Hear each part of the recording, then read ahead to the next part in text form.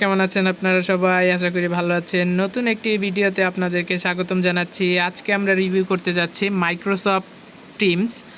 So এটা recently আমাদের এখন বর্তমানে অধিক মানে হচ্ছে পরিচিতি পেয়ে গেছে, কারণ উইন্ডোজ 11 যখনই রিলিজ করেছে আমরা সবাই জানি, যারা উইন্ডোজ সম্পর্কে অবগত আছি তারা সবাই জানি মাইক্রোসফট যে টিমস সফটওয়্যারটি রয়েছে এটি উইন্ডোজ 11-এ অটোমেটিকলি অ্যাভেলেবেল করা থাকবে। আপনারা সবাই ওখান থেকে আপনাদের ফ্রেন্ডের সাথে অথবা সবার সাথে আপনারা এখানে দেখতে পাচ্ছেন ভিডিও চ্যাটিং এবং কলিংয়ের মাধ্যমে আপনারা একে অপরের সাথে কানেক্টিভিটি করতে পারবেন এবং এই সফটওয়্যারটি ফোনেও অ্যাভেলেবেল। সেজন্য আমি ভাবলাম যে আপনাদের জন্য একটি ভিডিও নিয়ে আসি। সো এখানে এই স্ক্রিনশটটির মাধ্যমে আপনারা দেখতে পাচ্ছেন যে একদম ফুললি এইচডি ভাবে আপনারা আপনাদের ফ্রেন্ডের সাথে ভিডিও চ্যাটিং করতে পারবেন। এখানে আরও কিছু অপশনাল জিনিস রয়েছে যেগুলো আমি বিস্তারিত আলোচনা করব। সো সর্বপ্রথমে আমরা দেখে নেই মাইক্রোসফট টিমস যে সফটওয়্যারটি রয়েছে এর অফিসিয়ালি লোগো। এখানে দেখতে পাচ্ছেন স্ক্রিনের উপরে এর অফিসিয়াল লোগোটি। সো আমরা চলুন দেখে আসি এর যে রেটিং রয়েছে। 3 মিলিয়ন লোকে এই সফটওয়্যারটিকে রিভিউ করেছে। সো এই সফটওয়্যারটি বর্তমান রেটিং রয়েছে 4.1 স্টার। সো এটি অনেক খুব ভালো একটি রেটিং। এর যে সাইজ রয়েছে সফটওয়্যারটির এটি হচ্ছে 63 MB। সো এটা মোটামুটি বলা যায় যে এটি একটি লো এন্ড সাইজ, অর্থাৎ খুব অল্প এমবিআই এবং 100 মিলিয়ন প্লাস ডাউনলোড রয়েছে এই সফটওয়্যারটির। সো আমরা কিছু রিভিউ অ্যানালাইসিস করে দেখব। আমরা চলুন রিভিউতে চলে যাই। এই তো এখান থেকে আমরা একটু 5 স্টার রেটিংগুলো দেখে নেই। সো 5 স্টার রেটিংয়ের ভিতরে দেখতেই পাচ্ছেন এটা রিসেন্টলি 1 তারিখে হচ্ছে এই রেটিংটি দিয়েছে, this app works fine. So এটা একটু ভালো কমেন্ট করেছে, দেখতেই পাচ্ছেন, আপনারা দেখে নিতে পারেন। সো আমরা একটু 1 স্টার রেটিংটার দিকে একটু নজর রাখি যে এই সফটওয়্যারটিতে কী কী প্রবলেম রয়েছে।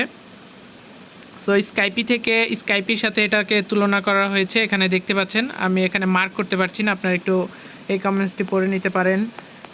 এখানে নিচে আরও কিছু কমেন্টস রয়েছে যেগুলোতে একটু ব্যাড কমেন্ট দেওয়া রয়েছে, একটু ল্যাগিং করে, একটু ক্যামেরা ব্যাক ক্যামেরা যেতে একটু স্লোলি কাজ করে, এরকম কিছু ইনফরমেশন এখানে দেওয়া রয়েছে। যারা এটি ইউজ করেছে তাদের রেটিং এগুলো। সো আমরা এর যে লাস্ট আপডেট রয়েছে সেগুলো সম্পর্কে একটু জেনে আসি, দেখে নেই। আমাদের অ্যাবাউট দিস অ্যাপসে চলে যাই এবং এই অ্যাপসটিতে আপনি কি কি পাবেন অফিসিয়ালি এখানে বলে দেওয়া রয়েছে। সো এখানে আপনি 365 দিনই তাদের সাথে অফিসিয়ালি তাদের সাথে কানেক্ট থাকতে পারবেন, অর্থাৎ কোনো সমস্যা হলে যোগাযোগ করতে পারবেন। নাকি এখানে আরও কিছু বলা রয়েছে, এগুলো সব আমি পড়তে পারছি না, আপনারা পড়ে নেবেন, কারণ আমি যদি এখানে সব কিছু পড়া শুরু করি সো আপনাদের ভিডিওটি অনেক লং হয়ে যাবে, আপনাদের দেখতে অসুবিধা হবে। এখানে ভার্সনটি আমি একটু বলে নেই।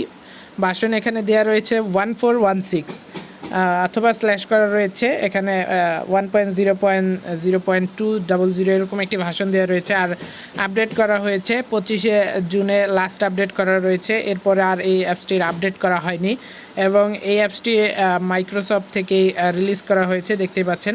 এবং অ্যাপ পারমিশনে যে দেখে নেবেন যে আপনার কী কী পারমিশনগুলো এই অ্যাপ্লিকেশনটি নিচ্ছে, ক্যামেরা, কন্ট্রাক্ট, লোকেশন, সো আর কি মাইক্রোফোন, টেলিফোন, স্টোরেজ এবং আদার্স কিছু নিচ্ছে, সেগুলো আপনারা একটু বিশেষ করে সকল অ্যাপসের ক্ষেত্রে আপনারা এই বিষয়টি খেয়াল করবেন।